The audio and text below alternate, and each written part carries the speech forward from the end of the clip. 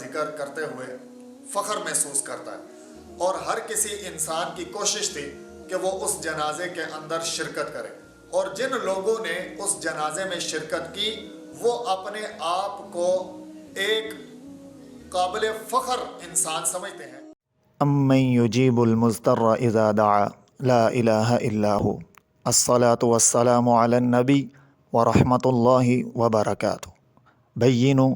بلغوا یسروا بشروا، السلام علیکم ورحمۃ اللہ وبرکاتہ۔ بسم اللہ الرحمن الرحیم۔ محترم سامعین کرام، آپ کے سامنے پاکستان کی تاریخ کے 2 جنازوں کا ذکر کرنا چاہتا ہوں۔ وہ 2 جنازے ابھی حال ہی میں یعنی چند ایک سال کے اندر وہ جنازے ہوئے ہیں، اور ان میں سے ایک جنازہ وہ کہ جس جنازے میں شرکت کرنے کے لیے ہر انسان، ہر مسلمان اپنے لیے باعث فخر سمجھ رہا تھا، اور ملک پاکستان اور ملک پاکستان سے باہر بے شمار لا تعداد لوگوں نے اس جنازے میں شرکت کی۔ اور دوسرا جنازہ کہ جس کے اندر ملکی سطح پر اور تمام تر وسائل کو بروئے کار لاتے ہوئے یہ کوشش کی گئی کہ کسی طرح سے اس جنازے کو ہائی لائٹ کیا جائے، اس جنازے کو یعنی ایک بہت اچھا جنازہ ثابت کیا جائے، اور الیکٹرانک میڈیا وغیرہ وغیرہ ہر قسم کی چیزوں کا استعمال کرنے کے باوجود بھی وہ جنازہ اس طرح ہوا کہ ایسے لگتا تھا کہ جیسے کسی غیر مسلم کا زبردستی اسلامی طرز عمل اختیار کرتے ہوئے اس کی آخری جو رسومات ہیں وہ ادا کی جا رہی ہیں۔ تو یہ دونوں جنازے جو ہیں، ان میں سے پہلا جنازہ جس کے اندر ہر مسلمان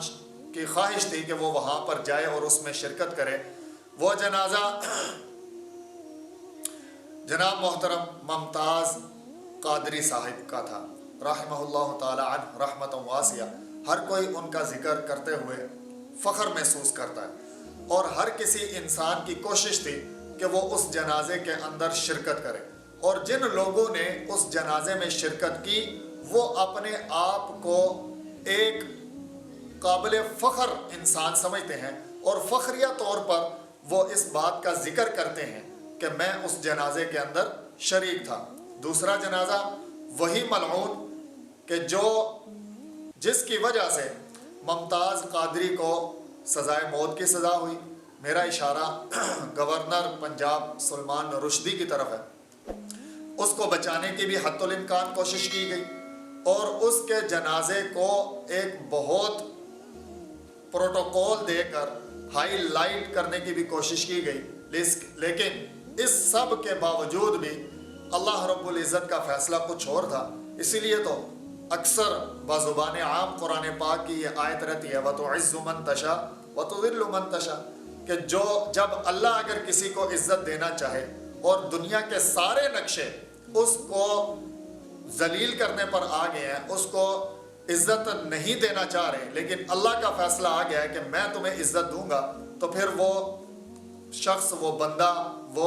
مسلمان عزت پا کر ہی رہتا ہے۔ اور اگر اللہ کا فیصلہ آ جائے کہ میں تمہیں ذلیل کر کے رکھوں گا، تو پھر تم یعنی انسان کوئی بھی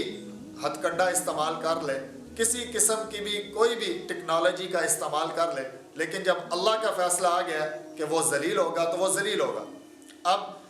ممتاز قادری کے جنازے یعنی گورنمنٹ آف پاکستان کی طرف سے اس جنازے کی کوریج پر بھی پابندی تھی۔ ممتاز قادری کا جنازہ کہ جس کے جنازے پر گورنمنٹ آف پاکستان کی طرف سے بھی پابندی تھی، اور دوسری طرف گورنر پنجاب کا جنازہ کہ جس کو کامیاب بنانے کے لیے، دکھانے کے لیے گورنمنٹ آف پاکستان نے ہر طرح کے وسائل کو استعمال کیا، لیکن اس کے باوجود وہ جنازہ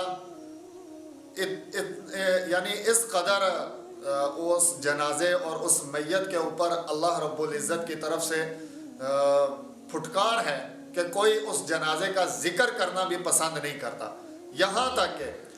وہ جنازہ پڑھانے کے لیے بھی کوئی بندہ تیار نہیں تھا، عالم دین تو دور، کوئی عام آدمی بھی وہ جنازہ پڑھانے کو تیار نہیں تھا۔ اور جہاں تک میں نے پڑھا کہ جس آدمی نے وہ جنازہ پڑھایا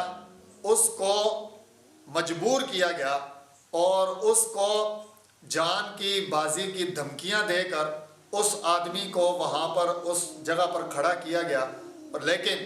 اس شرط پر اس آدمی نے وہ جنازہ پڑھایا کہ اس کے بعد یعنی وہ پاکستان میں نہیں رہے گا، اس کے بعد وہ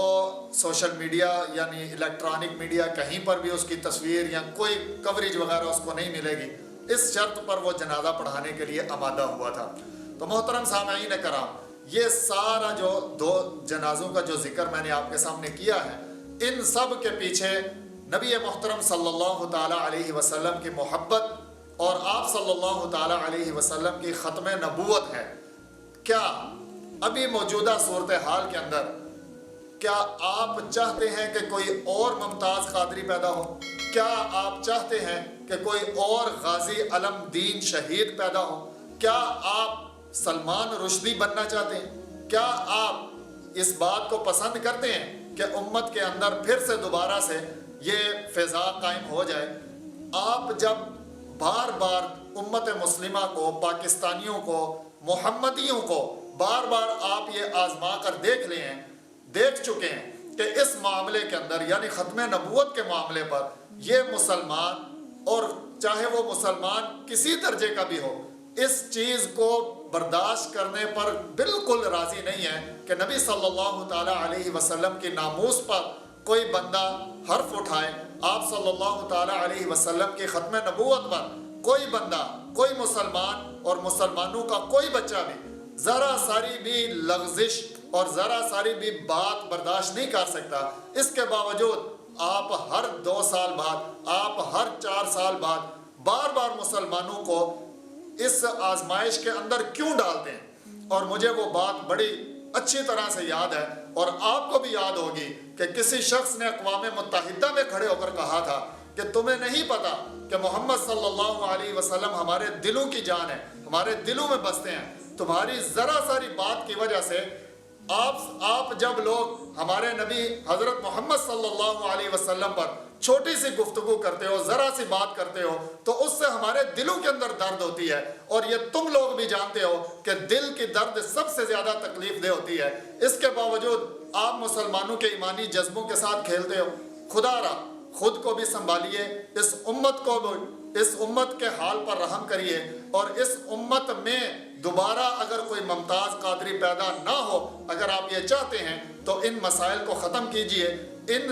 روزمرہ اور ان بار بار کی آزمائشوں میں امت کو مبتلا نہ کیجئے۔ اللہ پاک ہمیں اسی ایمانی جذبے پر سلامت رکھے، اللہ پاک ہم سب کی ایمانی حفاظت فرمائے، اللہ پاک ہمیں ہمارے نبی صلی اللہ تعالیٰ علیہ وسلم کی ناموس اور ختم نبوت کی پیراداری کی توفیق عطا فرمائے۔ وہ جان کسی کام کی نہیں ہے اگر جان نبی علیہ الصلوۃ والسلام کی ختم نبوت پر وار نہ دو۔ اللہ پاک مجھے اور آپ کو عمل کی توفیق عطا فرمائے۔